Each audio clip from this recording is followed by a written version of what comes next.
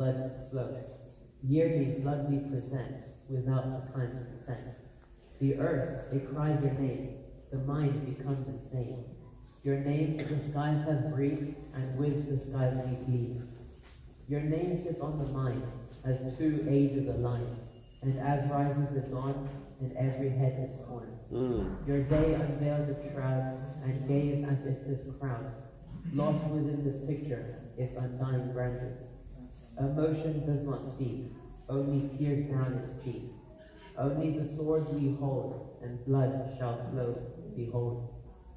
Like the dead dressed in white, as with this blood we write, a message to grievance, for Hussein dies patient. This is the tune of screams, composed in lands of dreams. Hader on every tongue, emotion's greatest song. This cry reaches the skies, unmeasured are our cries. Unsheathed is unquenched thirst, and hidden moods unearthed. The crash and beat of drums, a heartbeat it becomes. A heart lost in Hussein, today becomes insane. Imprinted in the eye, his dome beneath the sky. And through his shrine we're led, whilst every light is red. Crying out as we pass, a voice of shattered glass. This for you is my route toward your day of peace. Do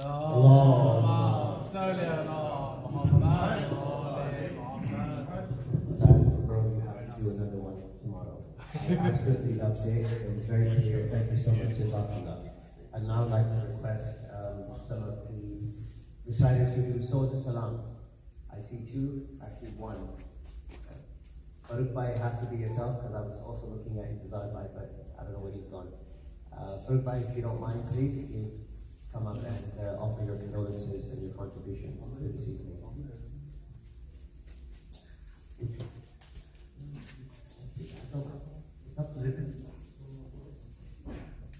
Both brothers decide, whoever wants to go first, absolutely fine. The more the merrier. Could I ask everyone else to recite a loud salawat?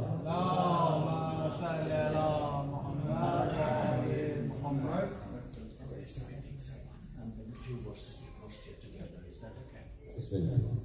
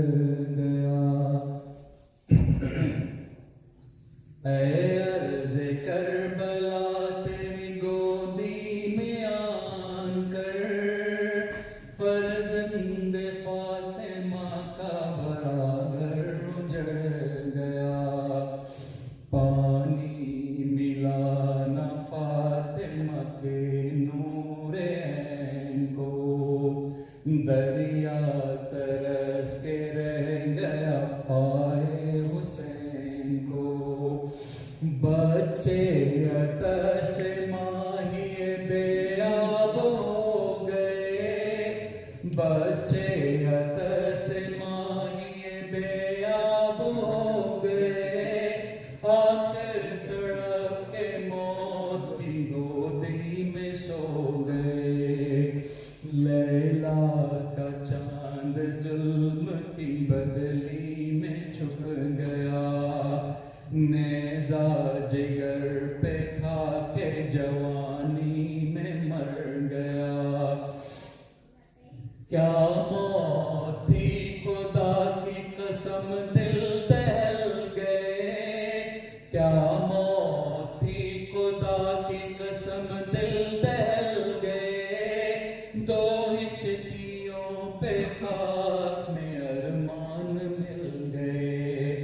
दो हिजकियों पे खाक में अरमान मिल गए।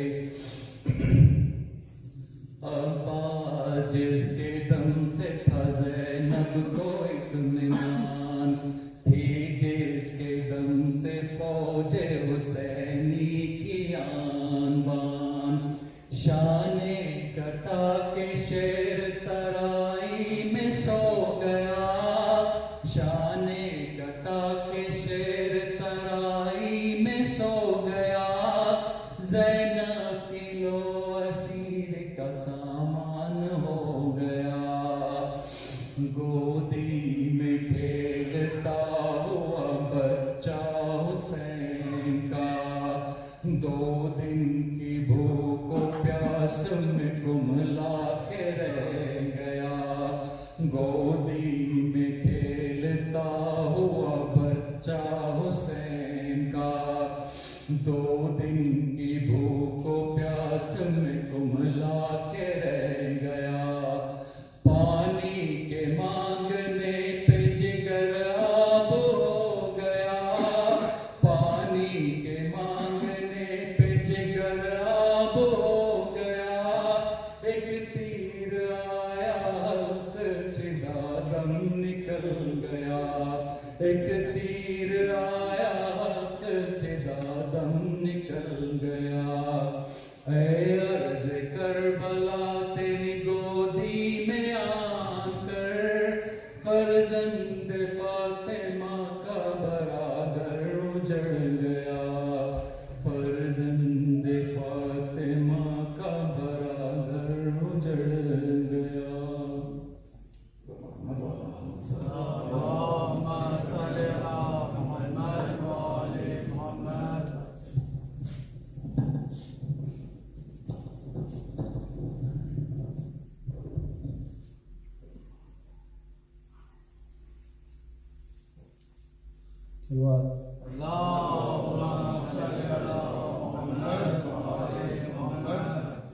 जब परेशान हुई मौला की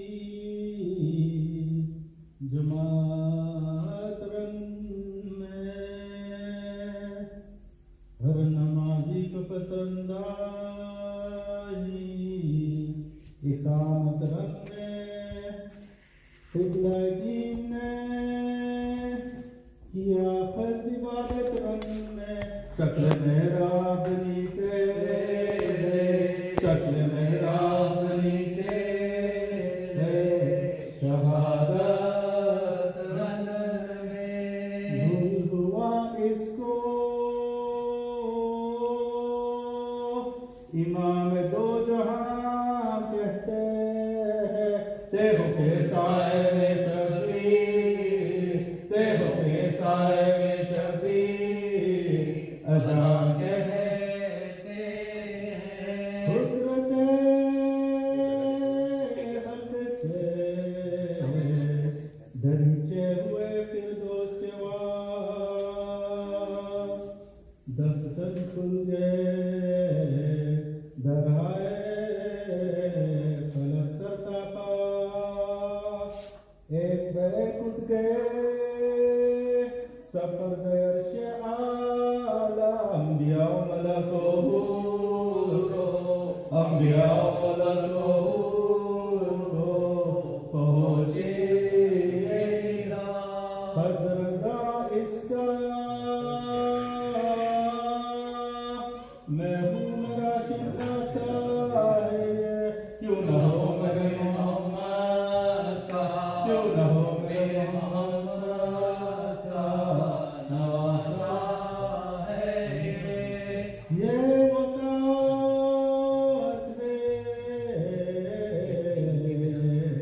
के तन्हाई अता करते हैं।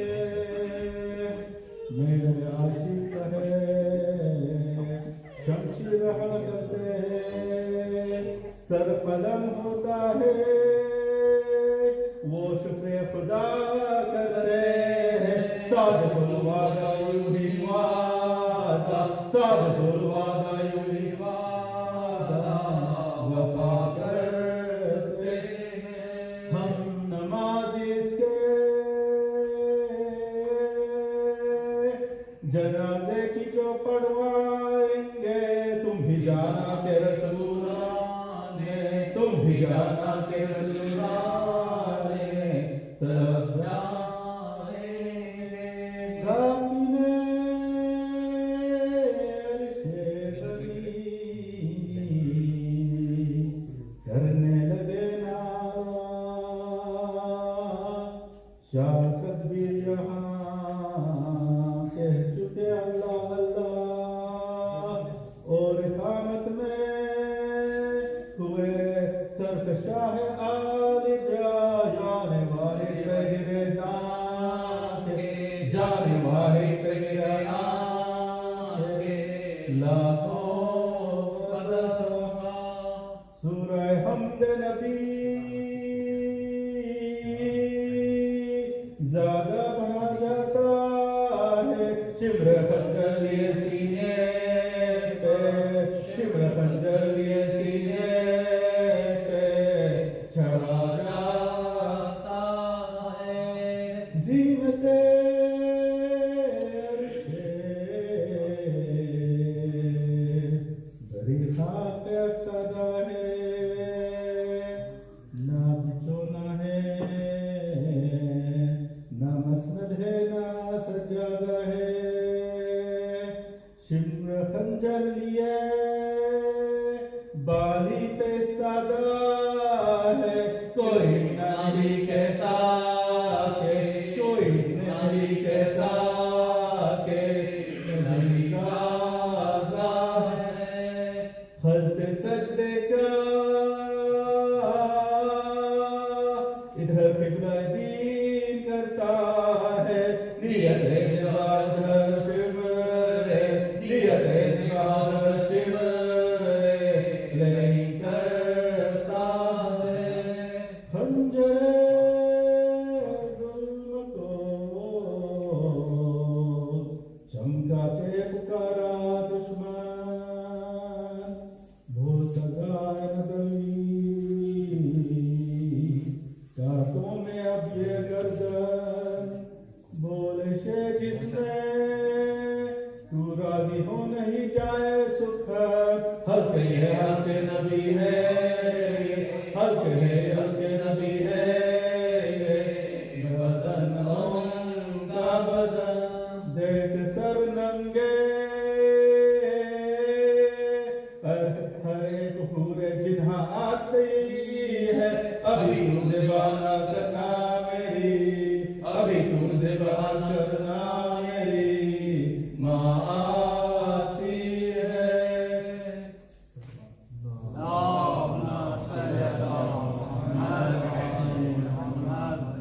और अभी बे खुदा खातमुल अंबिया बावाज़ बुलंद कर सलावत।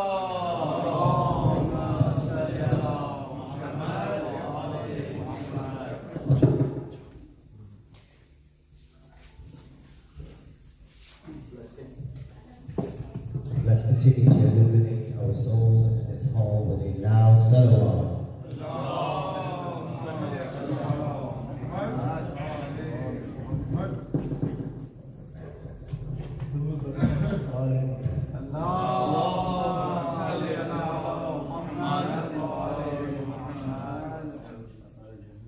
अफसोस नबी ज़ादियों का, अफसोस नबी ज़ादियों का, शाम में जाना सज्जाद से पूछो, अरे अफसोस नबी ज़ादियों का, शाम में जाना सज्जाद से पूछो, सर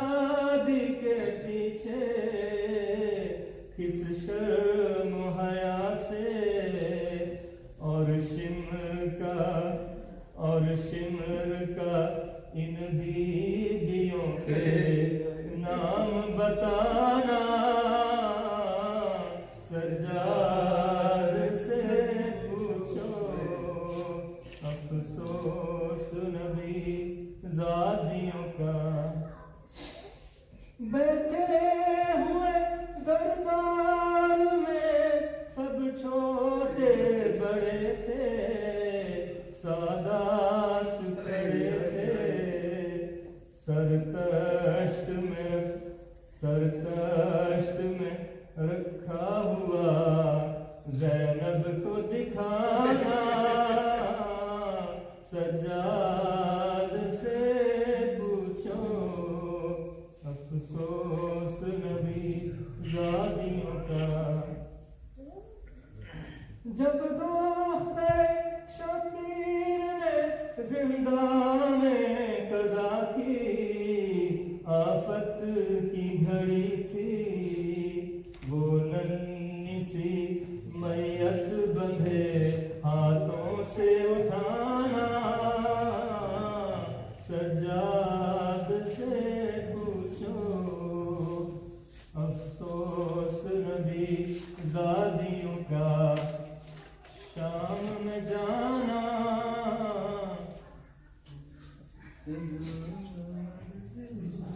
जब दोस्तर शबीर ने जिंदा में कज़ा की, आफत की घड़ी थी वो नन्ही सी मैयत बंधे हाथों से उठाना, सज्जाद से पूछो।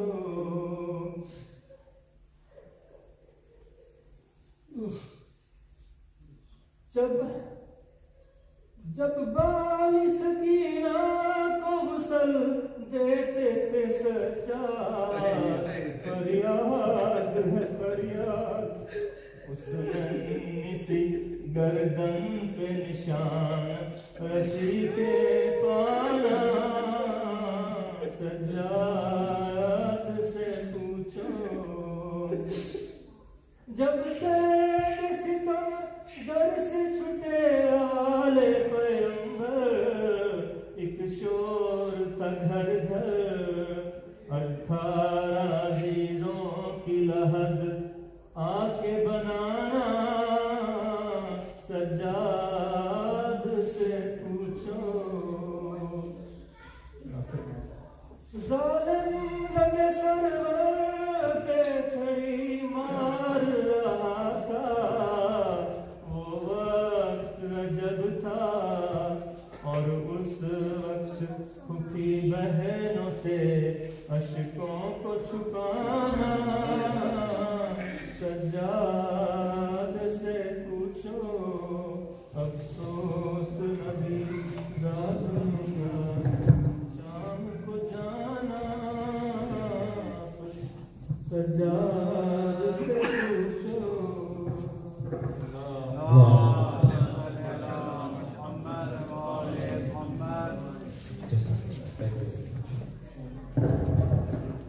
Up next, I'd like to request Brother Ode to come and do a short speech for us. Muhammad wa ali Muhammad sallallahu.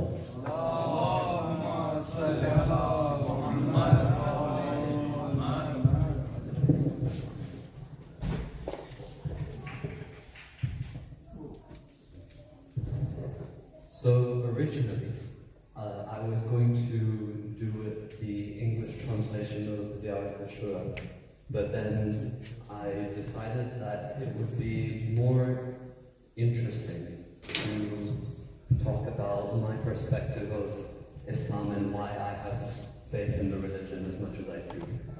And for context, I think it's important to say that I wasn't very strong in my faith, especially when I was younger.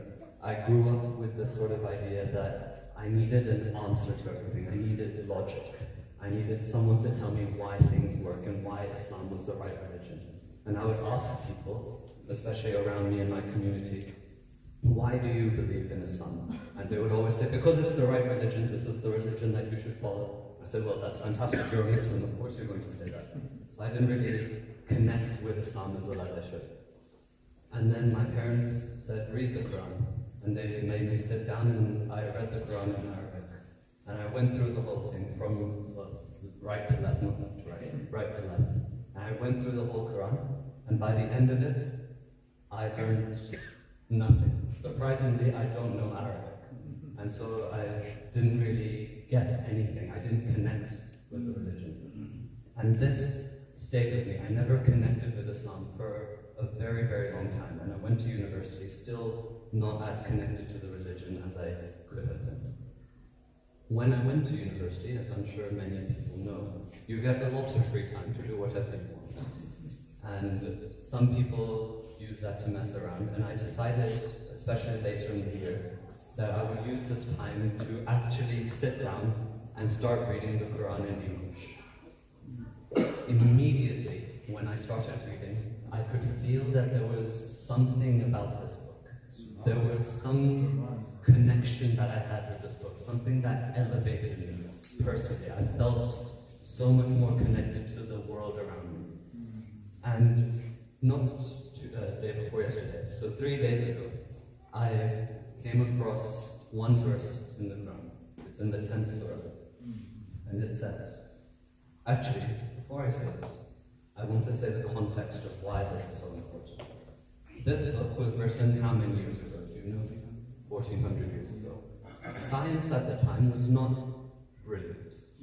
So you didn't really know what the stars were, the sun was, the moon was. We didn't have telescopes.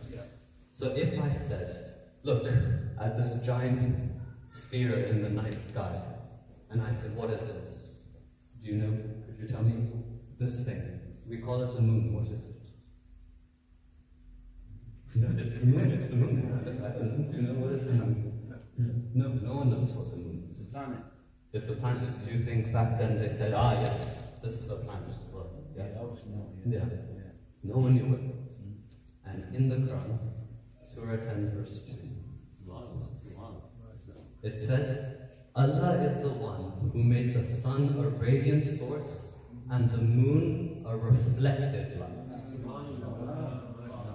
1400 years ago, without the aid of telescopes, without the use of science, the Quran has said that the moon is reflecting light from the sun. This was science. This was truth. This is what I was trying to connect with. This was what I was trying to find in the religion. Now, there are so many things that I don't know, that science doesn't know, that we keep on searching for answers for.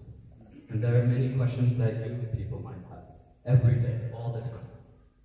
I think one thing that I have learned is that Islam and the Quran and the messages that Allah is trying to give us, there is truth in there, hidden truths and secrets of the universe.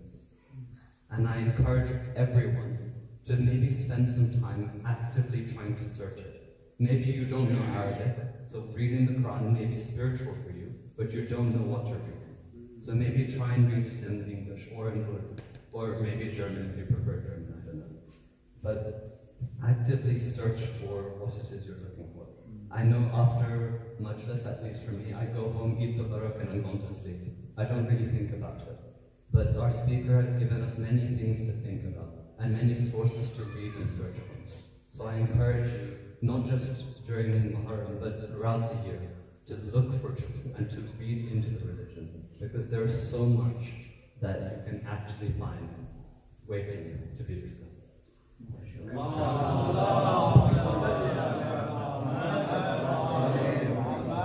حبیب خدا خاتم الانبیاء با آواز بلندتر صلوات.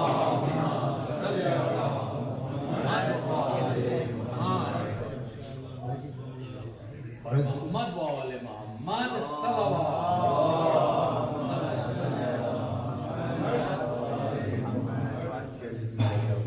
Brother, you had me on the edge of my seat, or the edge of the first year, however you want to. That was great. Thank you, Mark, very much for introducing the gems of our community. I didn't know he had this side, mashallah, I mean, up and coming. I'm just set back in a very happy way. Thank you so much for doing that. And you were going to read translation of Ziyarat al-Ashura, I said, because that's what your dad told me that you were going to do. I was like, okay, I'll reach out to him. He's like, I have something else in mind. Right, so time is escaping us. Before I call our speaker up to the pulpit, to the minbar, inshallah, a couple of announcements. So we, alhamdulillah, have reached the eve of the 7th of Muharram, and Ashura is fast approaching. So just to give you the agenda of how that day is going to transpire, for this King's Hall / Al-Ajal program that we have organized for yourself, So the Maktal Majlis, which of course takes place in the afternoon, Asr time, will not be happening here. Unfortunately, we could not source this hall. However, alhamdulillah, we will have a Majlis, same time in the evening, 7 o'clock, and it will be a combination of the Shahadat of our beloved Imam, as well as the aftermath of what took place after his martyrdom, known as Shara Ghariba, inshallah. So please do attend. Please let your family, friends know to come back. Feel free to go anywhere in the morning, but please do come back here. King's Hall, same time, 7 p.m. inshallah. Another quick announcement I've been asked to do. This is past Ashura, so this is Arba'een. Inshallah, many of you guys will be invited to Iraq, to Karbala, but if you do not get the invite, don't be disheartened. There is a mini walk that takes place from Stratford to Marble Arch, 10th of September. More details will come out and we will spread it on the Al-Ajal group, inshallah. And with that said, I would now like to invite our lecturer, our speaker, who has been doing an immaculate job delivering his series of lectures. Alhamdulillah, we are ever so grateful to have him with us. Let's welcome him with a heartfelt salawat.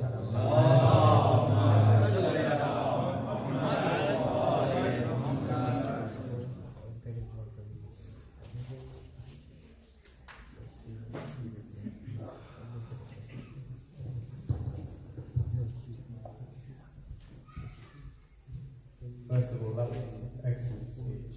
I think you have your next year, Ashara, sorted. قال محمد وآل محمد صلوات. برای خشنود امام زمان علیه السلام با آواز بلندتر صلوات. برای صحت و سلامتی کل مؤمنات بزرگ نمای حق بزرگ سید علی سیستانی و سید علی خامنه‌ای با آواز بلندتر صلوات. اللهم صل على محمد وآل I especially like that topic, inshallah. We'll be speaking about a similar topic tomorrow, inshallah. So without further ado, I'll start the program as we always do by reciting that surah Al-Fatiha in honor of all those who have passed away, inshallah. Bismillah.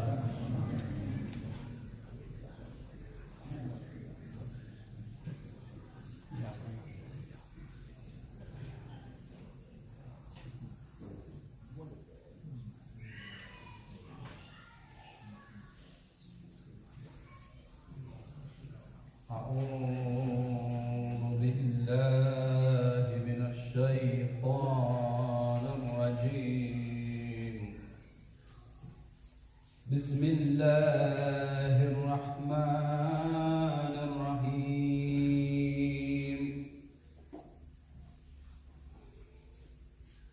يا أيها الذين آمنوا أنفسكم وأهليكم نارا وقودها الناس والحجارة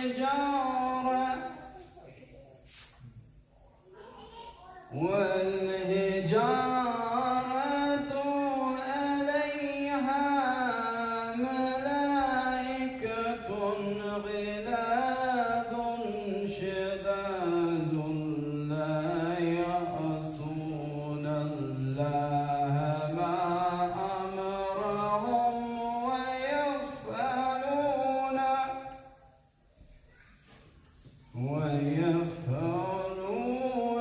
ما يؤمرون. صدق الله العلي العظيم. اللهم صل على محمد وآل محمد وعجل. صلى الله عليك يا سيدي ومولاي يا أشرف الأنبياء والمرسلين يا حبيب الله العالمين يا أبو القاسم يا مصطفى يا رسول الله. اللهم صل على المؤمنين يا سيد الوسيم يا علي بن أبي طالب صلى الله عليك يا فاطمة الزهراء سيدتي نساء العالمين. Brothers and sisters, tonight is the night around the world. In the month of Muharram, the first 10 days, this day is dedicated to Imam al-Hasan alayhi salam. Assalamu alayka ya Aba Muhammad al-Hasan ibn Ali al-Mujtaba. Assalamu alayka ya Aba Abdullah wa ala al-arwah allati hallat bifna'ik. عليكم مني سلام الله أبدا ما بقيت وبقي الليل والنهار ولا جعله الله آخر العهد مني لزيارتكم. السلام على الحسين وعلى علي بن الحسين وعلى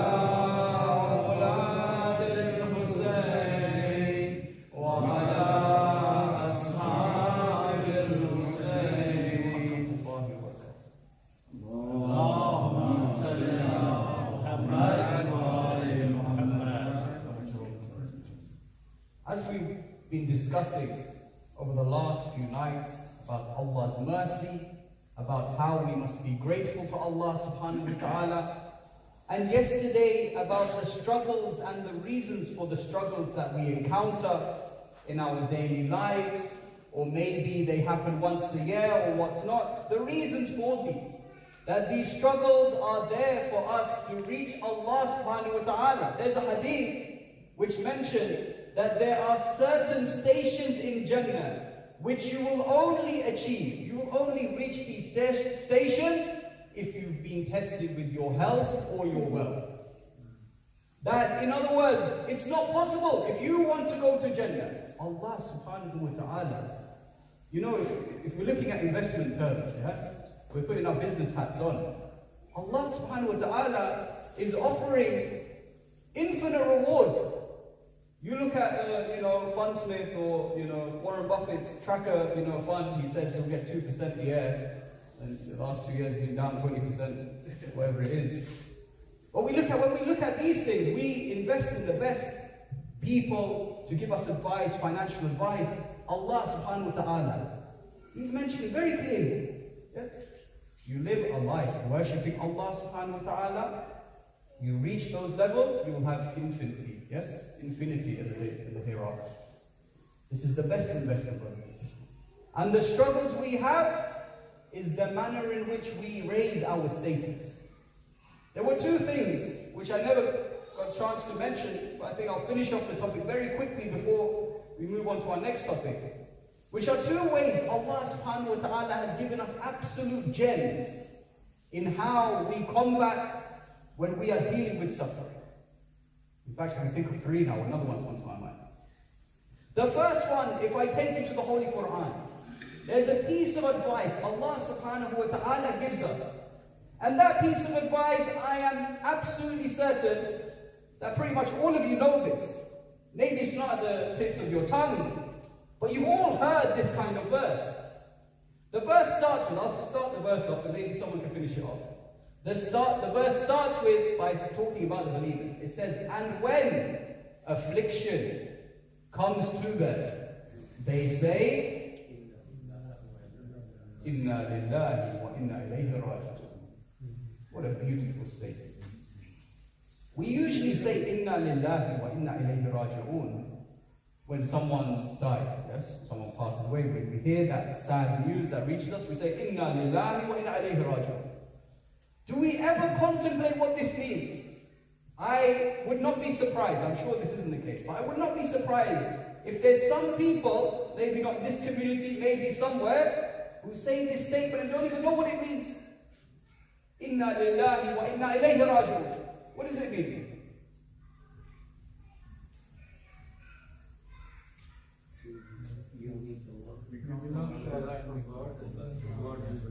Yes, we come from Allah, and to Him we return. What is this? If you were to think about this statement, what does it truly mean? We come from Allah, and to Him we return.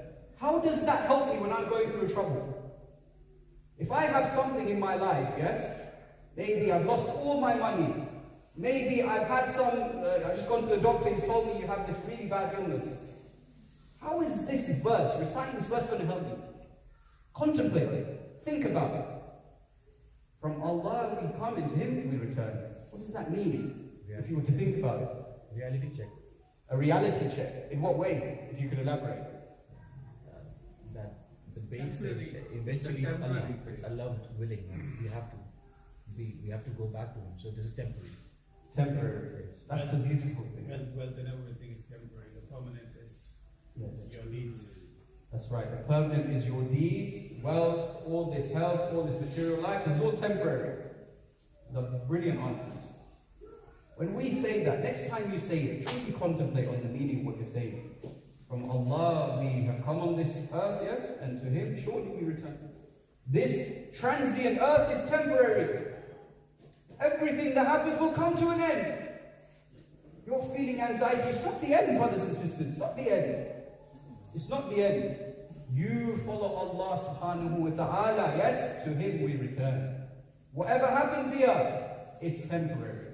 Allah does not charge a soul more than that soul can bear. We mentioned the Holy Quran, it mentions this as well. Yes? Allah cannot charge a soul, in other words, Allah cannot make a soul, cannot give a test to a soul, which He knows, Allah knows that you can't bear this. Allah knows, in other words, whatever test you're going through, no matter how difficult it is, Allah knows that this is something that you can bear. He's created you. Do you not trust the creator of every cell in your body? Every organ in your body? Allah truly knows that you can get through this, brothers and sisters. That's the first thing. Whenever you're going through a trouble, repeat to yourself, Inna lillahi wa inna ilayhi raji'un. Well, this is the same statement Abba Abdullah alayhi salam stated on the day of Ashura. You know? When he was struck with the most difficult of, we can never imagine how it must have been. And inshallah we'll recite that inside in the later nights. He was struck with the most difficult of tests. He looks to the heavens and says, Inna lillahi wa inna ilayhi raji'un. A reminder. This religion is a reminder for us, brothers and sisters. That's the first thing. The second thing, Imam As-Sadiq narrates, alayhi salam.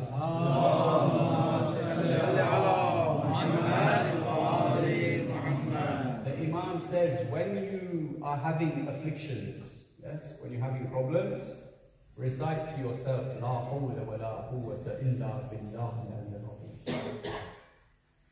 What does that mean? There is no power but from God. Yes, there is no power but the power of Allah. Once you truly believe this statement, there is no power but the power of Allah, you can get through anything. Allah destines your fate, yes? Allah subhanahu wa ta'ala, He's looking out for you every second of the way. If you put your affairs with Allah, Allah will remember you. There is no power but the power of Allah subhanahu wa ta'ala. Remind yourselves of this, brothers and sisters. Remind yourselves. The third advice, which is similar to the first one, the Imam asks his companion, Abu Basir, I believe it was. Abu Basir, by the way, who is, when you talk about companions, he is truly top-notch companion. Yeah? All the biographers say he was one of the closest companions to the Imam. He asked him, do you ever go through struggles? Do you ever go through distress? Do you ever go through anxiety? Do you go through these things? He says, yes. The Imam says to him, remind yourself, yes, that one day you will enter the grave. In other words, the same as what we mentioned before, this world is temporary. This world is temporary. Remember this, brothers and sisters. You're going through trouble, whatever danger you're going through. Maybe you're a victim of violent assault, yes? And this is one of the most hardest tests that someone can go through. Maybe someone came in your house and did an armed robbery, you were in the house. Maybe you've lost your loved ones, brothers and sisters. La hawla wa la quwwata illa billah. This was the other statement, yes? Imam Hussein alayhi salam, when he was charging at the enemy, they say we heard him reciting again and again, La hawla wa la quwwata illa billah. There is no power but the power of Allah subhanahu wa ta'ala. But moving on to today's lecture, as today we are commemorating a true prince. We are commemorating one of the heroes of Karbala, that every year we gather together to commemorate this hero, Al-Qasim ibn Hassan alayhi salam.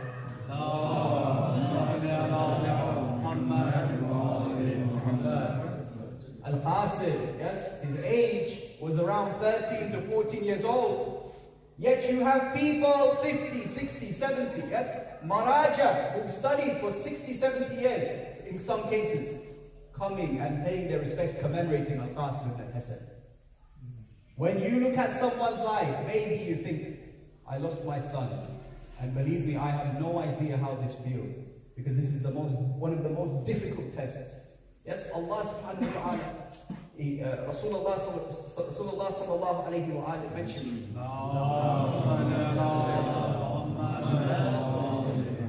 he mentions, if a parent has lost their child, yes, surely Allah guarantees them paradise. Don't fear, brothers and sisters. Allah is taking care of you. Allah is taking care of you. The struggle is an immense struggle. صلوا على محمد وعلى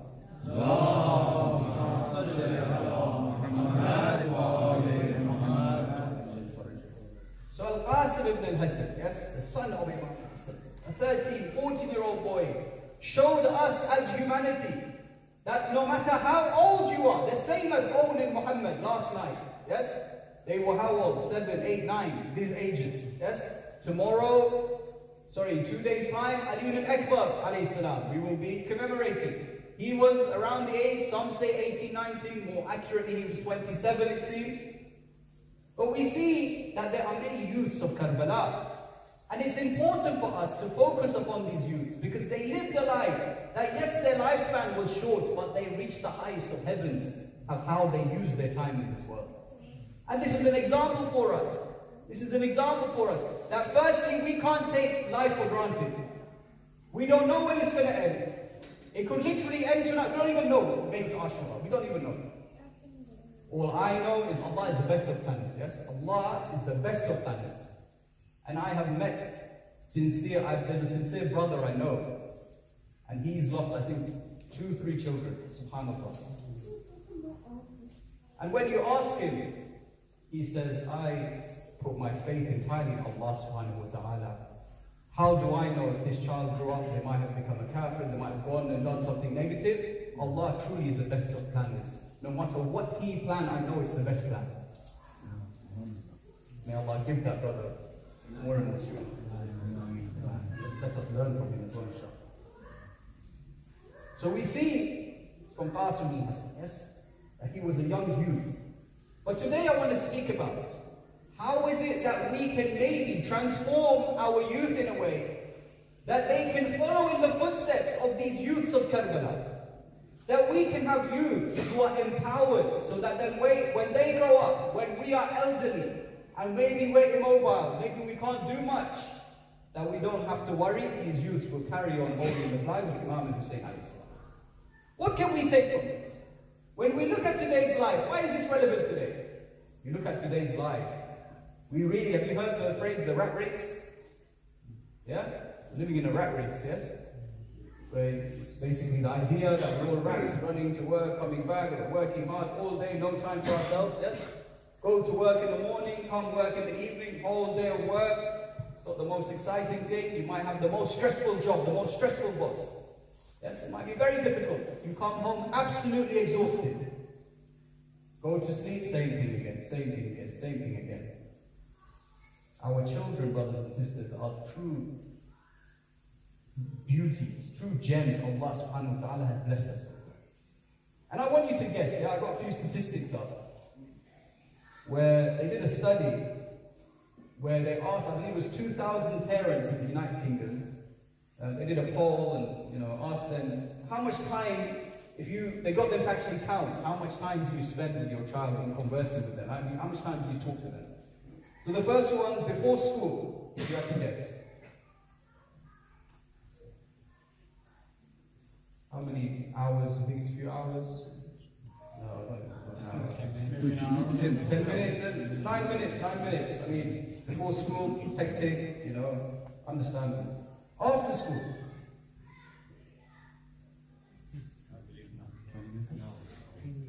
20 minutes, very optimistic you are, 20 minutes. 14 minutes. Dinner time? At the dinner table? How long does dinner take, by the way? It takes what? You know, sometimes when people are rushing, they take 20 minutes to do something. But, you know, when you take your time having your dinner, yes, it can last an hour. And when you're having dinner with your family, extend this time. There's no need to rush eating food, yes? So how much time do you think they spend at the dinner? Well, I mean, these days we don't even have a dinner table to spend. We just go in front of the TV, go on Hulu. We don't have Hulu in this country. I gave away a secret. Sorry? What is Hulu? Oh, it's like, I think it's a Netflix in America. Something like that. But at dinner time, how much time do you think they spend? 20-25 minutes. 20-25, exactly. 15, oh, that's way too high. Come on. We don't care about our children in this country. 5 hours, 11 minutes. 11 minutes. Yeah? Average. 11 minutes. In a whole hour, what are you doing? Scoffing your food the whole time, looking at your phone, etc. We'll get to the phone in a little while. Bedtime. And by the way, this is an average between the mother and father. I'm sure the father's statistic, if I had to guess, would probably be lower than the mother's statistic. Bedtime, how much time? 10 minutes. 10 minutes. 10 minutes. Altogether, what's that? About 10, 45, something like this minutes, yeah?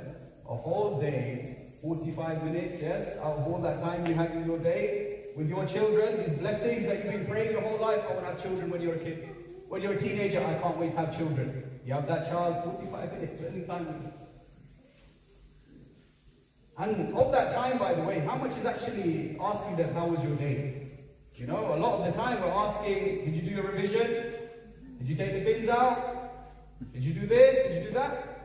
Nothing wrong with it, of course. Teach your children discipline. It's good, alhamdulillah. Yes, get them to do chores, alhamdulillah. But do you ask them about their day? Do you connect with them? Do you know their hobbies? Do we know what the youth of today, what their hobbies are? Maybe we're in a situation they don't even have hobbies, and then we've got even a bigger problem.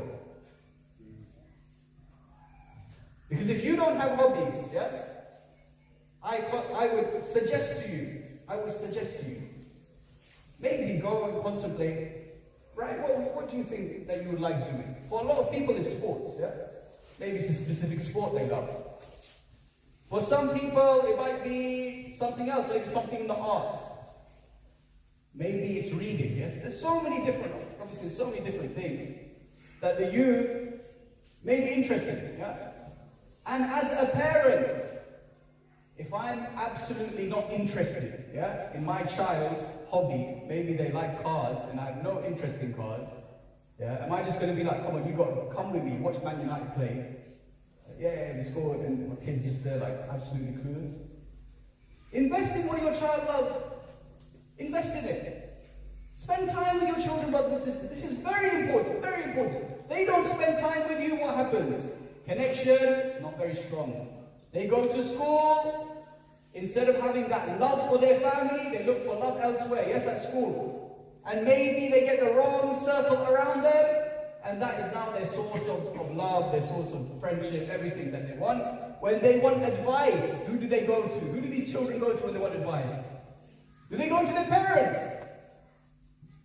Do the children go to their parents when they want advice? No. Unfortunately, maybe not. Maybe in some cases they do, and inshallah, I hope. I'm assuming that every case here that they do, inshallah. Assuming the best of it.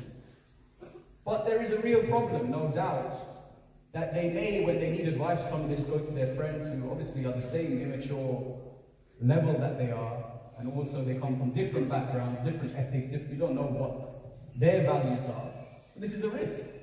If we look at the Holy Quran, and we see Luqman, yes, we see Luqman as a beautiful example as a father with his son. Then Luqman would constantly be giving his son advice.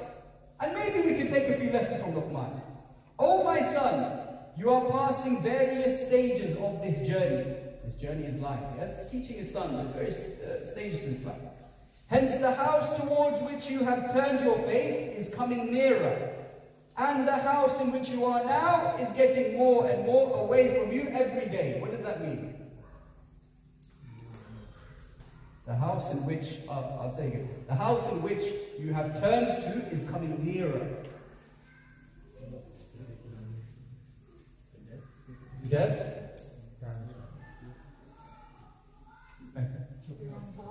Sorry? The wrong path. The wrong path? In what way? Like even like you used to be doing good, but now you're doing certain bad things that were closer to being. That's an interesting take, and I think I can understand why you think that. But the interpretation is actually that they're facing towards, yes, death.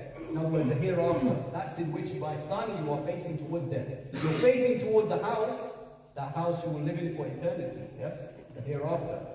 And that is coming closer and closer and closer. And we have hadith mentioning that the death is such that it's as if you are running towards it and it's running towards you. Another one, death is like a necklace, yes? There is no way, where you go, you can't escape it. It's going to come and get you eventually, yes? So he says this, "O my son, be a companion of the wise and sit with them, and do not argue with them that they may prevent their knowledge from you." He's giving advice to his son, who to sit with, yes? "Take from this world only that which is essential and enough for you." Take from this world only that which is essential and enough for you. What does this mean? Whatever is good for you. Yeah. Don't over, you know, there's some things that you don't need in this world that you invest so much it becomes a distraction. Also, do not give up earning in this world that you may become needy. Yes, he's giving him a balance. He's telling his son, don't be someone who's just take. I want this car, I want this house, I want this, I want that, I want everything in the world. Yes? But at the same time, I'm not telling you, son, to be someone who does absolutely nothing and becomes a needy person. Father's advice to the son. This world is a deep ocean. Innumerable people have drowned in it and being destroyed because of it. You look around the world and you can see that absolutely everywhere. Yeah? You go walking on the streets and you may see it there as well. As a parent, we are kind of like a guardian angel, yes, in the Disney movies. Yeah? You're a guardian angel for your child. Yes? And you're there to guide them with your wisdom, your experience that you found. That child, yes, he can benefit so much from your wisdom. This world is a deep ocean. Innumerable people have drowned in it and been destroyed because of it. So it is essential for you to make faith your ship for saving yourself from the dangers of the world. You should make reliance, he said you should make this statement. Reliance only on Allah, the sail of your ship. That this world is an ocean. Everyone, try and picture it. This world is an ocean. Everyone, yes, so many people are being drowned in it with their troubles that they're having. They're not going to Allah subhanahu wa ta'ala. The only way you'll survive this ocean, you have a ship. And on the ship, the sail says, reliance only on Allah subhanahu wa ta'ala. You remind yourself of Tawheed. This is the whole point of our religion. Tawheed.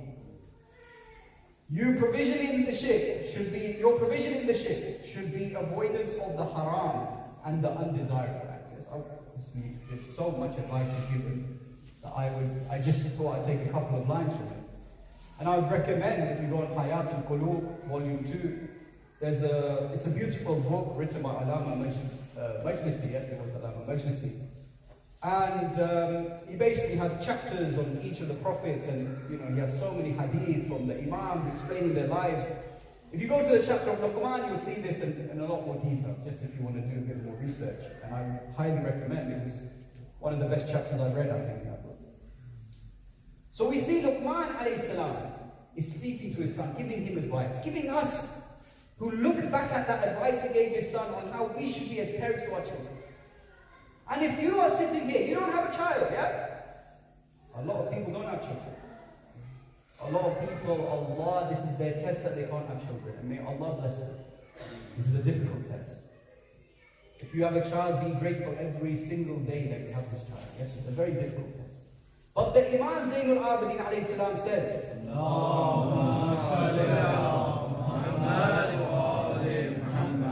حبيبي خدا خاتم الانبیاء باواز بلند صلوات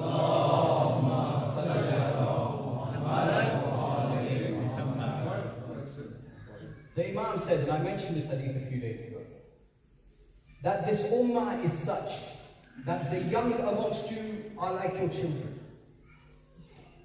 The older amongst you, yes, those men are like your fathers, the women, the older women, they are like your mothers. This is how this ummah is, brothers and sisters. This is the whole family, this is the whole family. Inshallah, let's get to know each other as a family. We see young children in the majlis, treat them with love, treat them with compassion. You want them to keep coming to majlis, yes? And you know, some people will know, I mean, you young people are very lucky. Now I know I'm sounding like I've got to the old stage saying that. But you are very lucky. There were majlises or centers back in the day. You go there, you make a noise, shh. Shh. Be quiet. You be quiet listening to a language you have absolutely no idea what that language the man says, what the Maulana says. Alhamdulillah, this center is one of the best things, yeah? You have English events, you encourage the youth. Yes, every day I've seen a small segment from the youth, so many youth as well, not just 1, 2, 3, 4. I'm not seeing this in other centers. And I think this is an amazing thing. Inshallah, you carry on and become bigger and better, inshallah.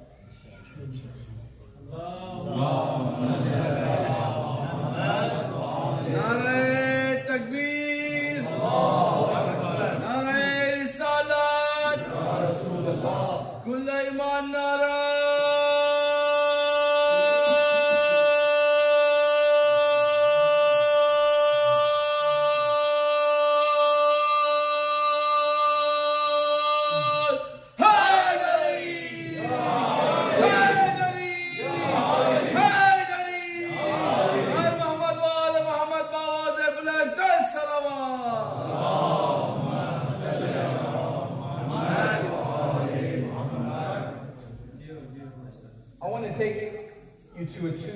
Two examples in the Holy Quran about sons of a prophet.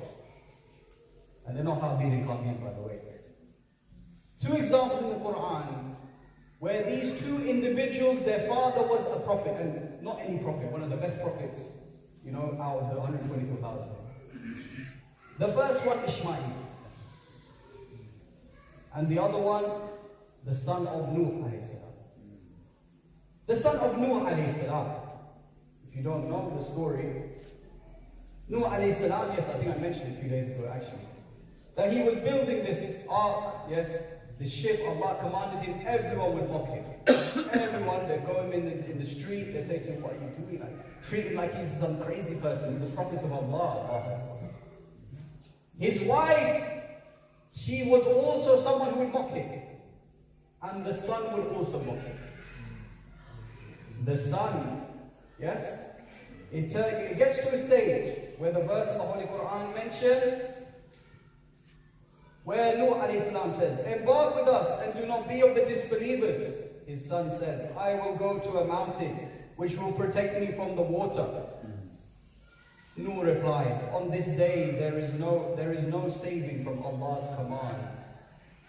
He said, my Lord, my son is from my household and your promise is true. Allah replied, Ya Nuh, he is not from your household for his deeds are unrighteous. Interesting statement, by the way. What does that mean? Nuh alayhi salam, he's saying, oh my son, oh Allah, my son is of the unrighteous. Allah replies, he's not your son. What does that mean? There's a beautiful story in this. What does it mean? He's not obedient, that's what. Truly belongs. He was put truly for a test. Sorry, he was put for a test? What do you mean, sir? So he wasn't actually his son, he was just put there for a test. Oh, I see what you mean, yes. That he was a test. That's one insight, maybe. What? Someone came to the Imam, Muhammad alayhi salam.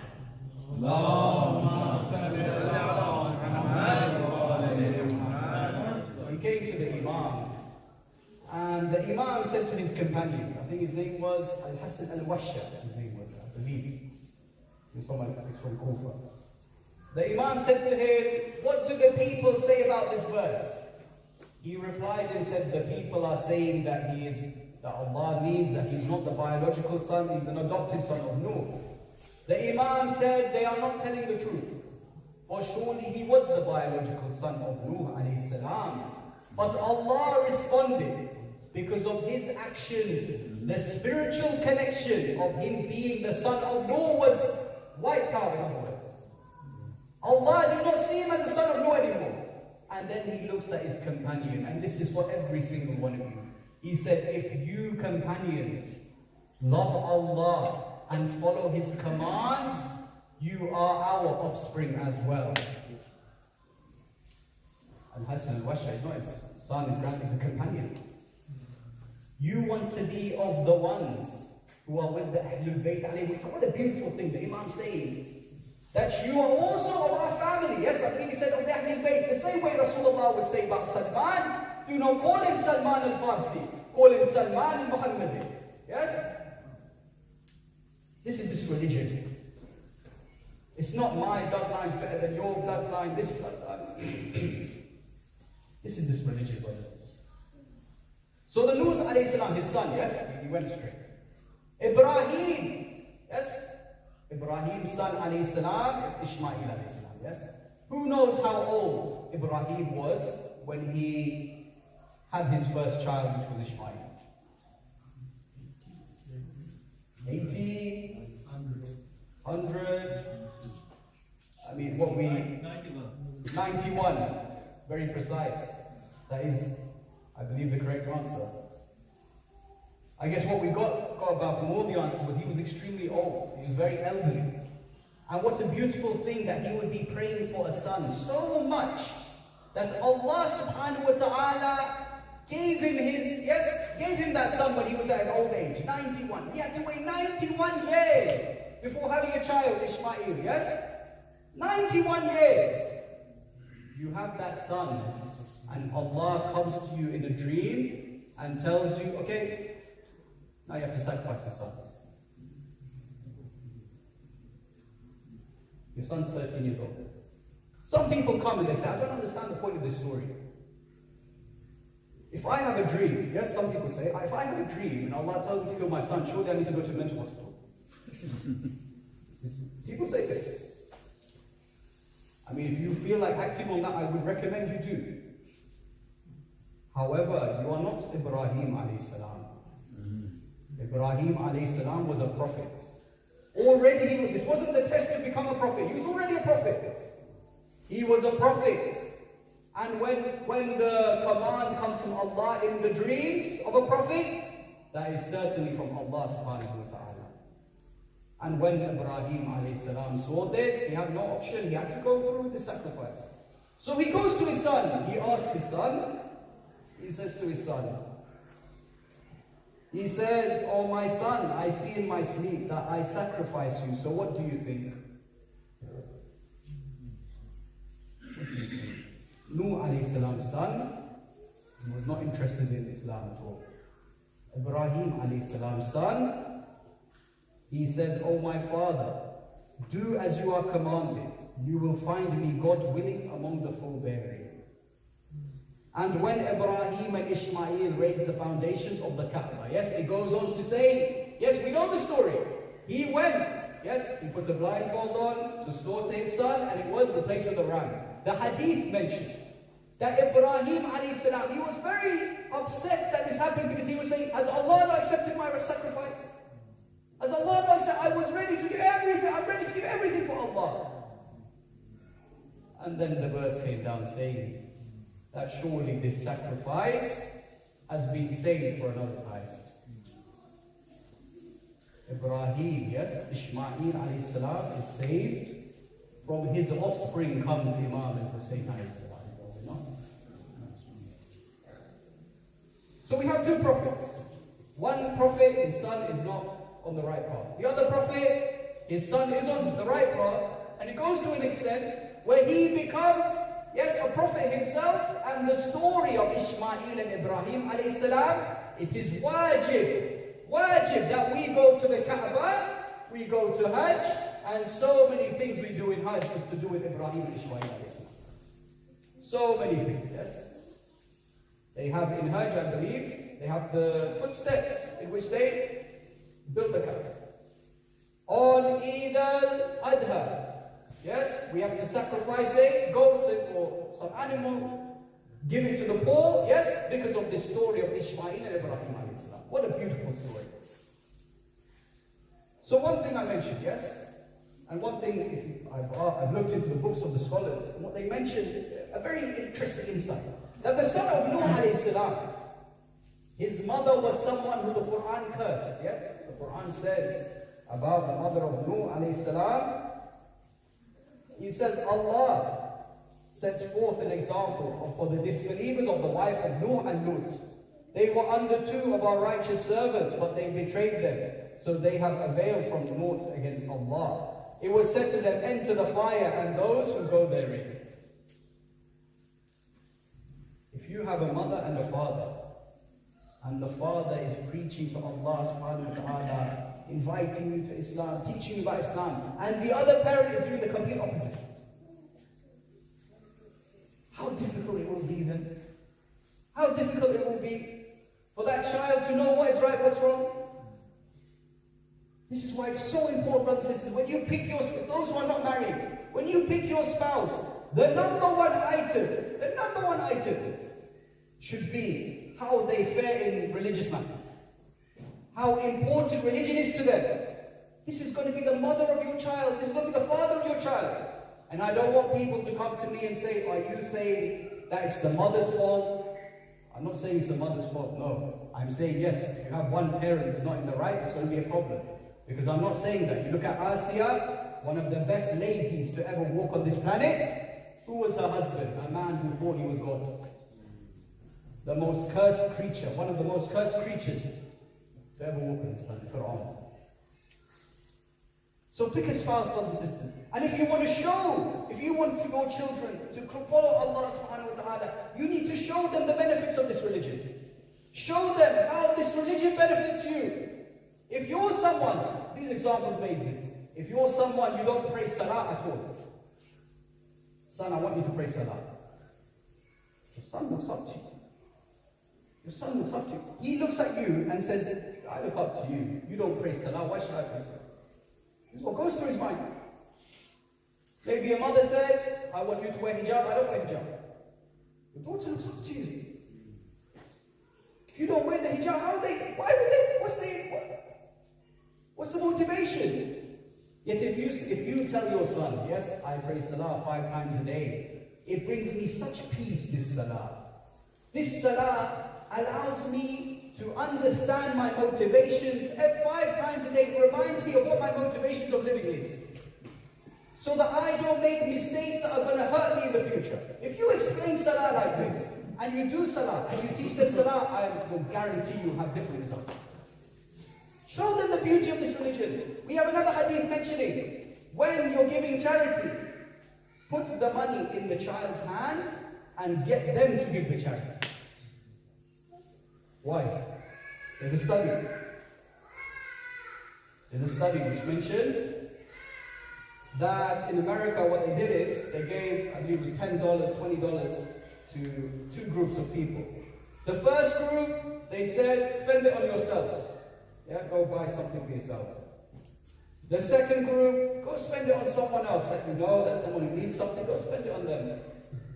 A month later, they all came together and they said, okay, the first group, what did you spend it on? And some of them didn't even remember what they spent it on. They spent it on some gachra in the house. They spent the money and they're just like, oh yeah, I bought this thing, I guess I spent that money, it's gone now. The second group, they came with smiles on their faces. They were so happy. They said, yeah, I spent this money on this person, and they were so grateful, and I'm so happy that I spent the money, yes? This religion, brothers and sisters, you give charities for you, for your own benefit. So you feel like you're more spiritually enlightened. Allah does not gain anything from your deeds. Only you gain from your deeds. Which is why, yes, you gain, the community gains, everyone gains. It's for our purpose Allah subhanahu wa ta'ala tells us to give charity. So get your children, give them to give charity, inshallah. Yes? That's one example. Salli ala Muhammad wa ala.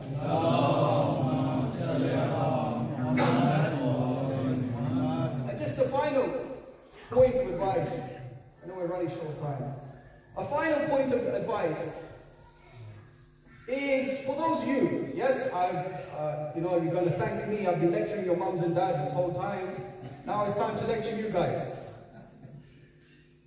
Sayyid Sistani mentions in his it's a letter he writes, an advice to you. It's an amazing letter. One thing he mentions is, oh youth, find an ambition. If you don't have an ambition, find something that you love and work towards it. Maybe it's a job, maybe it's a career that you want. Maybe you want to be the best fisherman in the whole of the United Kingdom. That wasn't my ambition, but anyway. Maybe you want to be, yes, Project Mbappe. Maybe you want to be the next LeBron James. Yes, find something and use your effort towards that. And if you don't, because let's be honest, if you don't have ambition and work towards those ambitions, what are you doing at home all day? You have nothing really to do. So what happens? You start wasting time on social media, yes? TikTok, Instagram. Do you know what the average, in 2022, the average amount of time that was spent on social media? A day? Not even from young people, but everyone. 8 hours a day. You're not doing any work there. 4 to 6 hours. About 151 minutes, right? And this was up from the previous year, 140 minutes. That's a lot of time spent just viewing useless videos, yeah? Do you even let me ask this question. The last TikTok you saw, do you actually remember what it was? Yeah, Imran Khan was. What was the one before that? We were. Mine was all Ronaldo edits. Yes, you watch maybe 50 TikToks a day. You don't remember any of them. Maybe 1, 2 in a week's time. You definitely won't remember it. So much time wasted in social media. And these social media companies, by the way, do you know what? They want you to spend time on there. How do they want you to spend time? They give you the content which releases the most dopamine in your brain. They know what makes you get that high. And some of you know you go on social, everywhere you look, it's haram, haram, haram, haram. They give you content which they know that dopamine will be released, this customer's going to stay on longer. They don't care for a second about your well-being or anything, they just want to make profit. So what can you do? I know some people already, I know people who have social thing. For yourself, maybe time. How long have I been on social? You've got to go on Instagram, stop watch on. How long have I spent on Instagram? How long have I spent on TikTok? Yeah? And then maybe you can see results. I've wasted this much in a week. I've wasted, 10 hours, 15 hours in a week? That's like a whole 2 days. Could have done something else. So do this. Yes, some parents, they may put these forced timers on, yeah? I know there's apps where you can do, yeah? WhatsApp ends after 2 hours, 3 hours, no more WhatsApp, no more Instagram, yeah? And if they do that, may Allah bless your parents. May Allah bless your parents. Because your parents have all the wisdom that you don't have just yet, yeah? You're growing, it's okay. Your parent is wise, your parent has learned through all the years, that 50, 40, 50, 30 years, however old the parent is, 20 years maybe. They know certain things that you don't know. Trust your parent. Trust your parent. They love you. Maybe your parent doesn't do this yet. Maybe you can make your parent proud tonight. Go to them, say, oh, father or mother, I want you to put this constraint on my phone, because I don't want to be a useless person in the future. And I'm telling you, this might sound like a harsh thing to say, but doing these things, yes, it will increase the likelihood of you being a useless person in the future. A person who didn't invest their time correctly. Maybe in the future, maybe your exams are coming all the time, social media. You fail your exams, you go down a rabbit hole where you can't come back. Yes, it increases the chances. You waste your time now.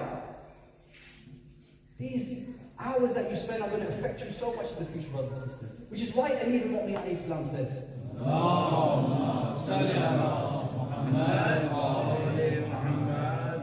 the Imam tells his son, Imam Hassan alayhi salam, he tells him that the heart of a youth is like an uncultivated piece of land. They'll take whatever you throw at it. Just whatever you throw at it, they'll take. Which is why, oh my son, from a young age I taught you good morals. If you in your young years, that's what I'm saying, if you in young years just doing all these on Instagram, on TikTok, not even, you're not doing things which are going to be good for you in the future. It's going to harden your heart. It's going to be more difficult in the future. You're an uncultivated piece of that. This is advice from both the youngsters and the parents, inshallah. Yet when we go to those youths of Karbala, the best youths, those youths that we, inshallah, will be the servants of in the day of judgment. We see the youths of Awliya Muhammad, which we mentioned yesterday. We see another youth, that beautiful youth, Al-Qasim ibn Hassan. When Imam al-Hassan alayhi salam was dying, yes, when he was poisoned by his wife Jahra. His wife poisoned him, and the poison was intense. When you see other Imams, the poison takes a couple of days to kill them. One day, this poison killed him, which shows how intense this poison was. Imam al-Hassan alayhi salam, he says, as I mentioned, I believe last night, he says to Aba Abdullah, La yawmaka yawmak ya Aba. There is no day like your day, Ya Aba Abdullah. Aba Abdullah is there. Imam al-Hassan knows how Aba Abdullah, what's going to happen to him. How difficult is it as an older brother to know that your younger brother is going to go through something really severe and there's nothing you can do to help? He has Al-Qasim ibn Hassan at that time. How old would he? Must have been 4 or 5 years old. It was 11 years before Karbala, this event took place. At Karbala, the members of Bani Hashim, they're the only ones left. Awliya Muhammad, they come back, they're being killed. Ali al-Akbar, he is being killed. At that point, Imam al-Hussein alayhi salam, he looks left, he looks right, he calls out, ألا هل من ناس ينصرنا لوجه الله ألا هل من ذأب يذب نار من رسول الله. Is there anyone to support the family of Rasulullah? At that point, the young boy came out of his tent saying, Labbaik ya Amma, I am at your service, O uncle.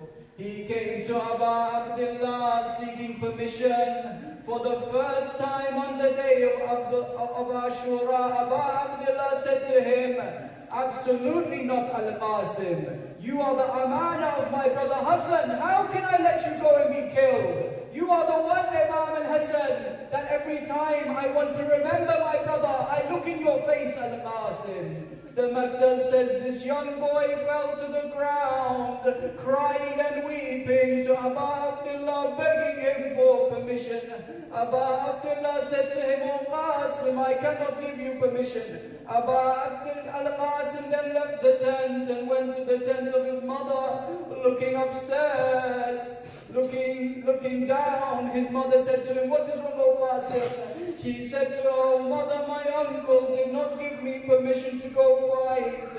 Her mother says, wear this turban, which was the turban of your father, Al-Hassan, and take this letter with you and give it to your uncle Aba Abdullah. Al-Qasim walks into the tent with the turban of Imam al-Hassan on his head. He gives the letter to Aba Abdullah. It says, oh the day where you will need support and I will not be there to support you. Instead of me, please accept the support of my son Qasim ibn al-Hasan.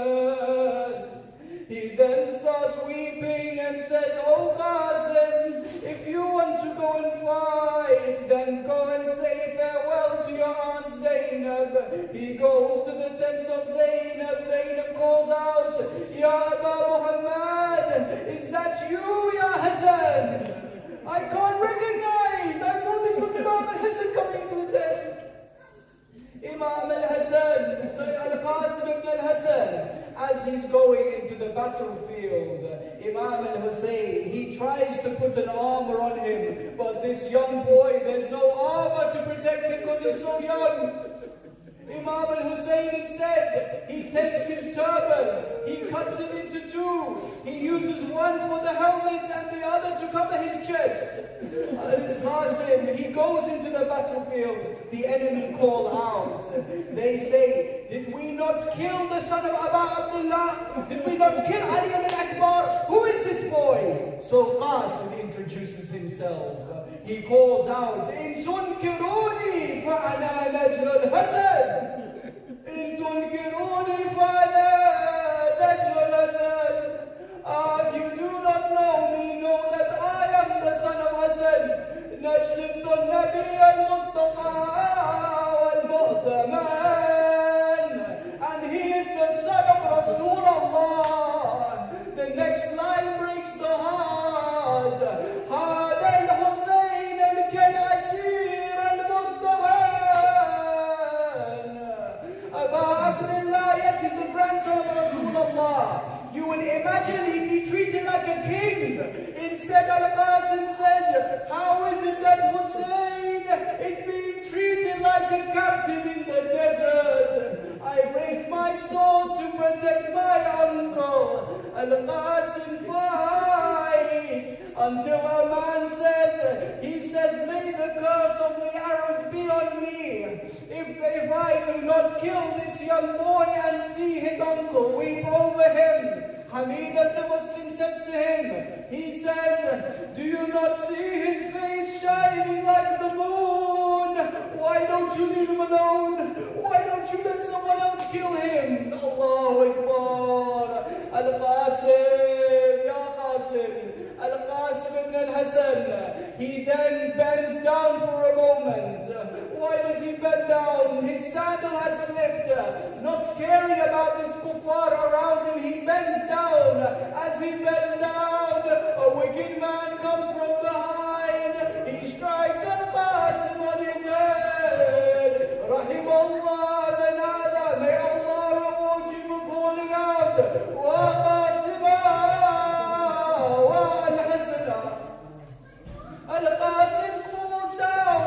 Do you know what he cries out? "Adrikni ya Allah! Rescue me, O uncle!"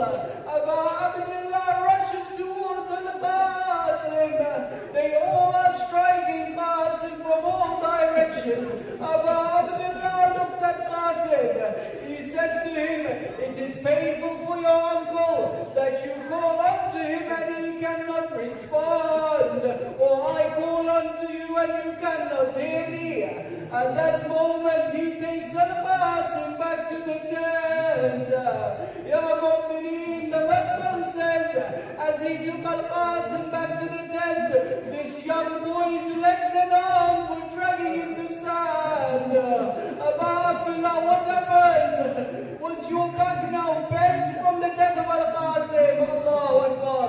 He put the body of Qasim next to the body of Ali al-Akbar. There's a sad moment, ya old brothers and sisters. There's a sad moment in Ashura. Before he goes out for the final time, Imam al-Hussein, you know what he does? He goes to the body of Ali al-Akbar and the body of Al-Qasim, and he lays between it. He lays between it, as if this is the only moment of peace I'm going to get on the day of Ashura. Between my two beautiful sons. Ya Aba Abdullah, you were there to take Habib's body back. You were there to take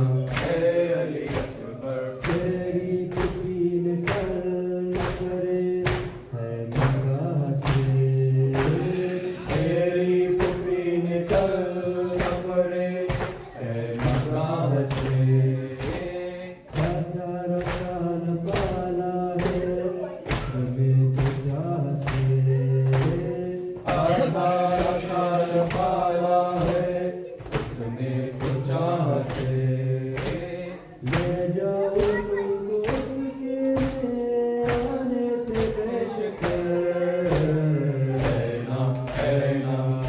Ali Akbar Ali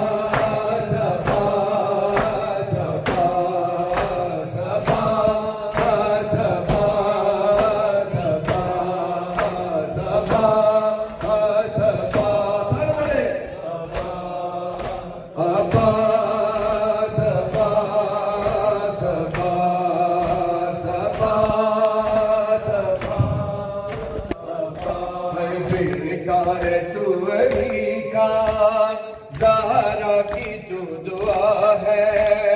बेटा है तू अली का, ज़हरा की तू दुआ है।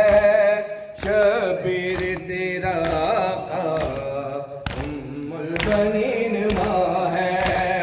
हर सूरत चरण में हैदर से ना जुदा है।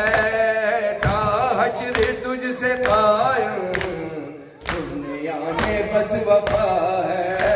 अब्बा अब्बा सारे अब्बा क्यों अब्बा अब्बा अब्बा है अब्बा है तेरे अलम को थामे हर शख्स कह रहा है। मज़लूम करबला का ज़ैनब का वास्ता है। परदेसी कोई ऐसा परदेस में न उजड़े। सदके में उसके जिसका घर बार लुट गया है। अब्बास अब्बास अब्बास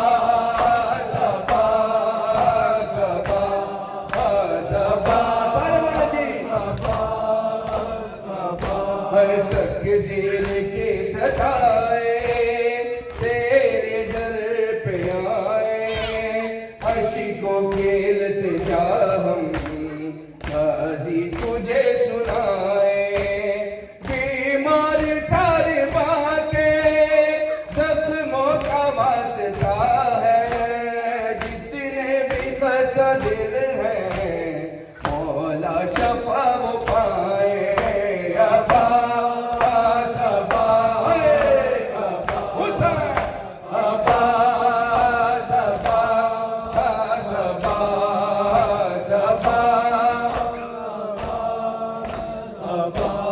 शाम गरीबा में जिसका कुर्ता जल गया है।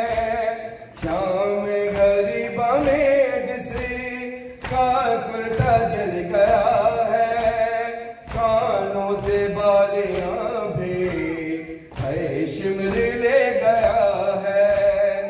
इस बेकसी से मौला बची कोई न कर से। फर्शे अज़ा पे रो कर हर दिल ये कह रहा है। अब्बा अब्बा हुसैन अब्बा है अब्बास सब बोले अब्बास अब्बास है। उस वक्त जब के ज़ैनब दरबार में गई थी। उस वक्त जब के ज़ैनब दरबार में गई थी। सारे नमाजियों से महफिल सजी हुई थी। ज़ालिम ये पूछता था गाजी तेरा कहाँ है।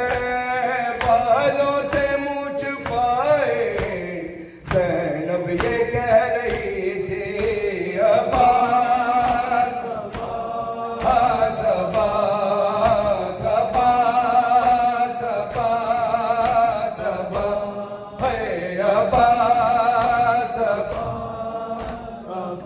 अब्बास तुझसे कितनी मानूस थी सकीना, अब्बास तुझसे कितनी मानूस थी सकीना, बाबा के बाद तेरे परचम को माना सीना, मासूम व करीता तुझसे बिछड़ के दाजी, बस कहती मर गई है जिंदान में हसीना।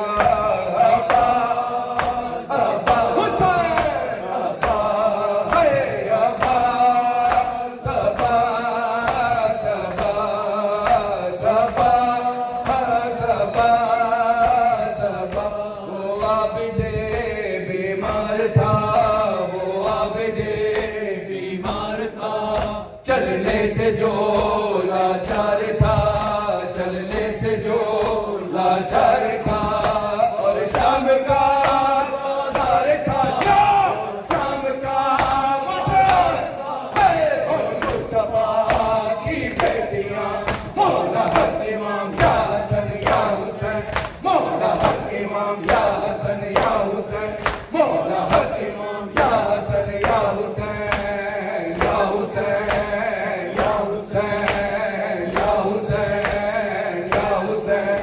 शबीर की वो लाडली, शबीर की वो लाडली, सीने पे जो शाके पली, सीने पे जो शाके पली, जिसकी आवाज बन में जली, जिसकी आवाज बन में जली, मुंह पे तमाचों के निशान, मौला हक इमाम या हसन या हुसैन या हुसैन या हुसैन या हुसैन या Hussain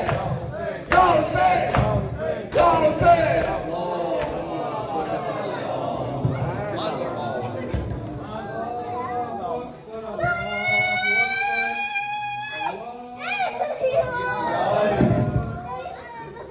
أشهد أن لا إله إلا الله أشهد أن محمدا رسول الله أشهد أن محمدا رسول الله أشهد أن عليا ولي الله أشهد أن عليا ولي الله حي على الصلاة حي على الصلاة حي على الفلاح حي على الفلاح حي على خير العمل حي على خير الأمل. الله أكبر الله أكبر لا إله إلا الله لا إله إلا الله.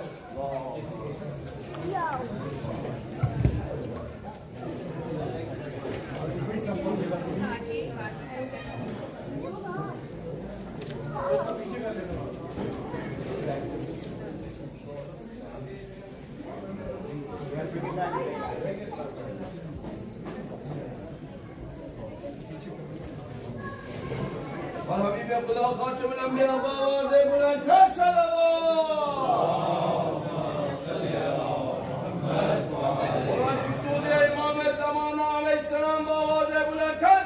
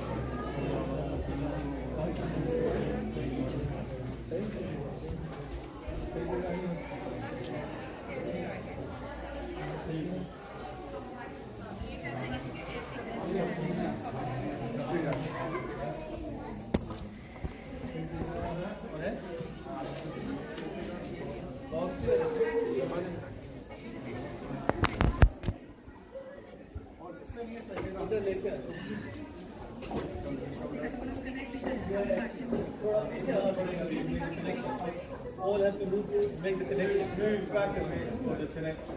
Move back and make the road shorter. Roads, follow.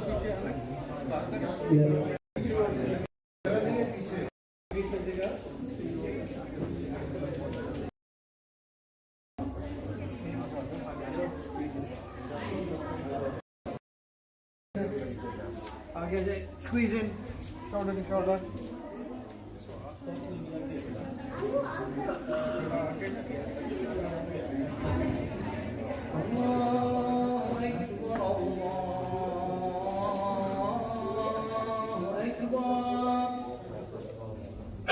أشهد أن لا إله إلا الله أشهد أن لا إله إلا الله أشهد أن محمدا رسول الله صل على محمد أشهد أن محمدا رسول الله أشهد أن علي ولي الله صل على محمد أشهد أن عليا حجة الله صل على محمد هيا على السلام هيا على السلام هيا على الفلاح هيا على الفلاح هيا على خير الأمل هيا على خير الأمل قد قامت السلام قد قامت السلام الله أكبر الله أكبر لا إله إلا الله في ركعة المغرب واجب قربة إلى الله الله أكبر بسم الله الرحمن الرحيم الحمد لله رب العالمين الرحمن الرحيم مالك يوم الدين إياك نعبد وإياك نستعين اهدنا الصراط المستقيم صراط الذين أنعمت عليهم غير المغضوب عليهم ولا الضالين بسم الله الرحمن الرحيم إنا أعطيناك الكوثر فصل لربك وانهار إنا شانئك هو الأبتر الله أكبر سبحان ربي العظيم وبحمد ربي صل على محمد وآل محمد سمع الله لمن حمده الله أكبر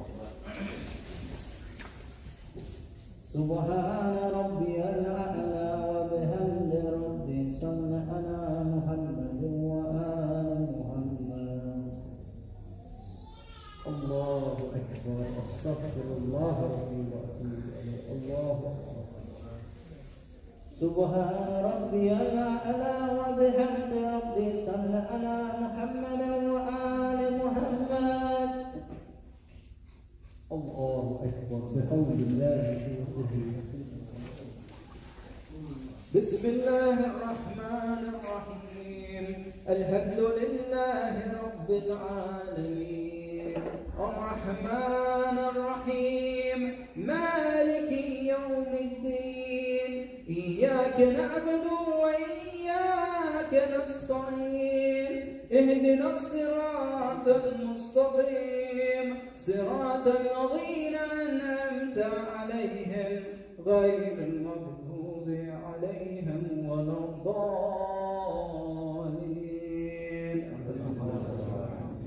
بسم الله الرحمن الرحيم قل هو الله أحد الله الصمد لم يلد ولم يولد ولم يكن له كفوا أحد كذلك الله ربي الله أكبر سبحانك يا لا إله إلا أنت الغوث الغوث الإسلام من النار يا رب الله أكبر سبحان ربي العظيم وبحمد ربي صل على محمد وآل محمد سمع الله لمن حمده الله أكبر سبحان ربي الأعلى وبحمد ربي صل على محمد وآل محمد أكبر أستغفر الله ربي وأتوب إليه الله أكبر سبحان ربي الأعلى وبحمد ربي صل على محمد وآل محمد الله أكبر الحمد لله أشهد أن لا إله إلا الله وحده لا شريك له وأشهد أن محمدا عبده ورسوله اللهم صل على محمد وآل محمد بحول الله وطهي أقوم وأقوم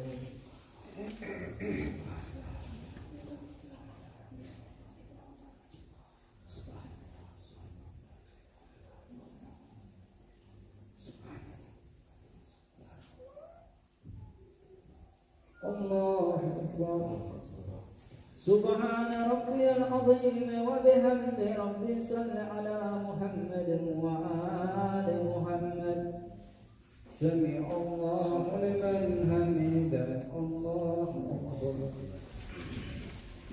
سبحان ربي الأعلى وبحمد ربي صل على محمد وآل محمد الله أكبر أستغفر الله ربي وأتوب إليه الله أكبر سبحان ربي الأعلى وبحمد ربي صل على محمد وآل محمد يا لطيف يا كريم يا رب العالمين الغوث الغوث الغوث الله أكبر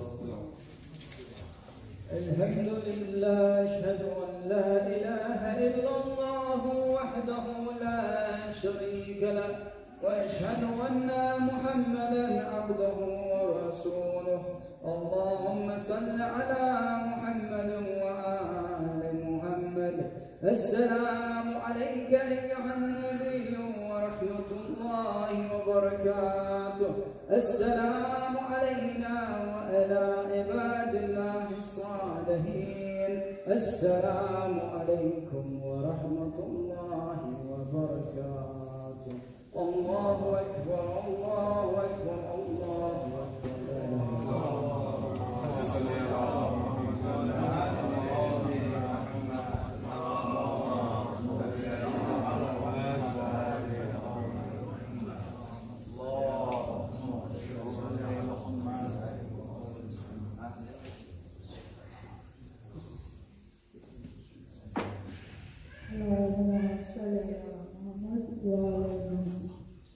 Bismillahirrahmanirrahim. In the name of Allah, the Beneficent, the Merciful.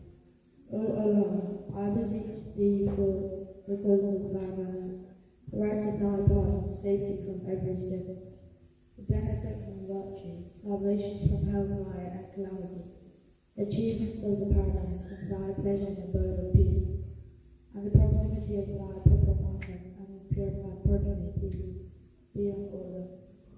O Allah, whatever bounties we have are all for free, and there is no deity except Thee. I beseech Thou forgive us and turn unto Thee. Allahumma salli ala Muhammad wa ali Muhammad.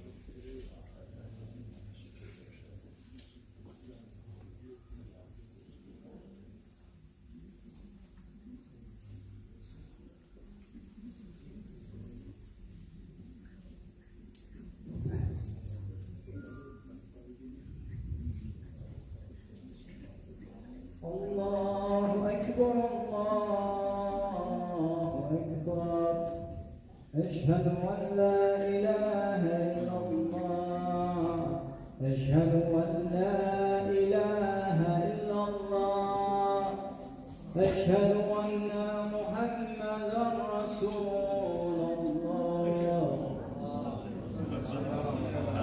أشهد أن محمدا رسول الله اللهم صل على محمد وآله أشهد أن عليا ولي الله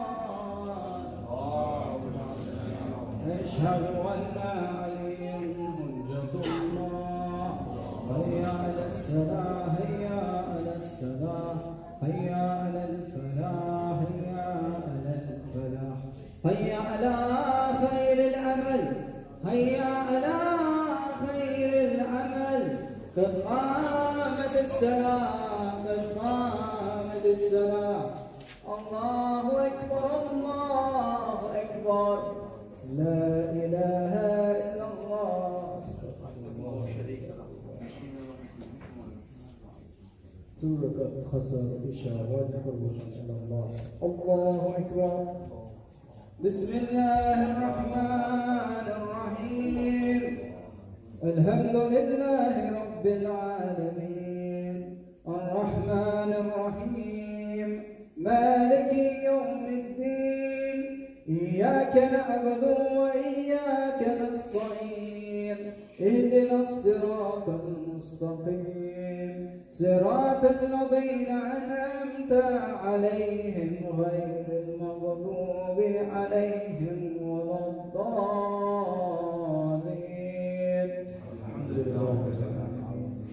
بسم الله الرحمن الرحيم إنا أعطيناك الكوثر فصل لربك وانهار إنا شانئك هو الأبتر الله أكبر سبحان ربي العظيم وبحمد ربي صل على محمد وآل محمد سمع الله لمن حمده الله أكبر سبحان ربي الأعلى وبحمد ربي صل على محمد وآل محمد الله أكبر استغفر الله ربي وأتوب إليه الله أكبر سبحان ربي الأعلى وبحمد ربي صل على محمد وآل محمد الله أكبر بحول الله وتهيئه بسم الله الرحمن الرحيم الحمد لله رب العالمين الرحمن الرحيم مالك يوم الدين إياك نعبد وإياك نستعين اهدنا الصراط المستقيم صراط الذين أنعمت عليهم غير المغضوب عليهم ولا الضالين بسم الله الرحمن الرحيم قل هو الله أحد الله الصمد لم يلد ولم يولد ولم يكن له كفوا أحد سبحانك يا لا إله إلا أنت الغوث الغوث خلصنا من النار يا رب الله أكبر سبحان ربي العظيم وبحمد ربي صل على محمد وآل محمد سمع الله لمن حمده الله أكبر سبحان ربي الأعلى وبحمد ربي صل على محمد وآل محمد الله أكبر استغفر الله ربي وأتوب إليه الله أكبر سبحان ربي الأعلى وبحمد ربي صل على محمد وآل محمد يا لطيف يا كريم يا رب العالمين الغوث الغوث الغوث. الله أكبر.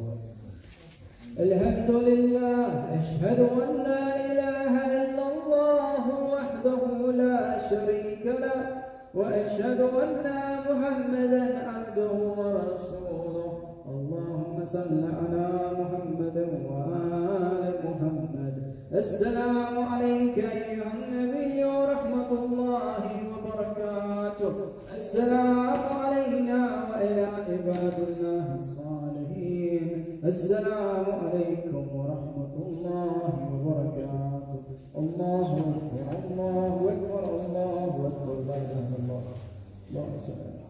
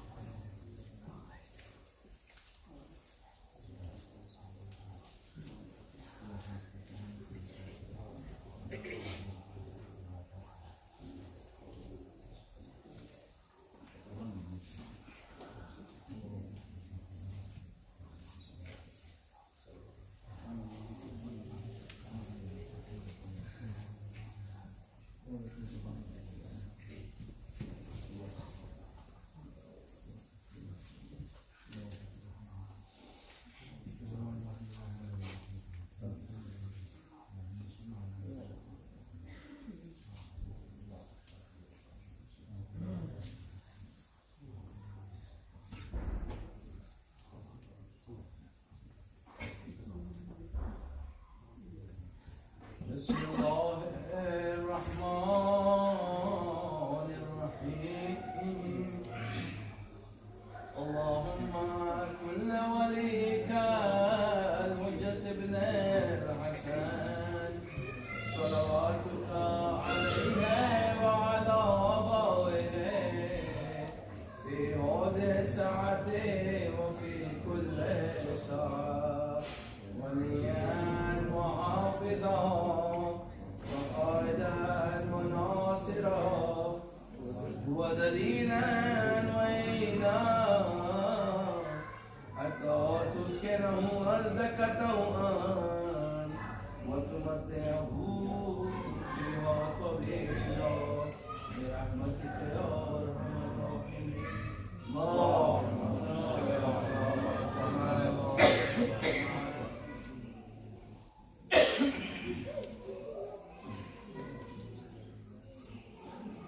Bismillahirrahmanirrahim.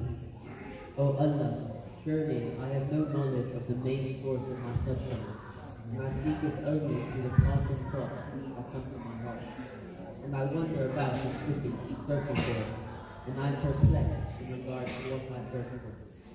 I do not know whether it is valleys or mountains, in the earth or in the heavens, in the continent or in the sea, and in whose hands it is, and from whom it is.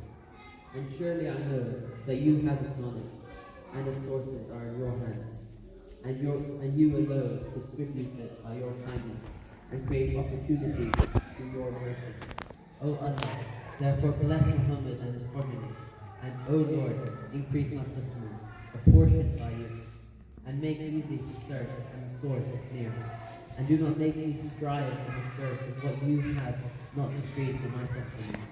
For surely you are indifferent to my task to chastise you, and I need your mercy. Bless Muhammad and his progeny, and by your grace show generosity to your slaves. Surely you are the most generous. Allahumma.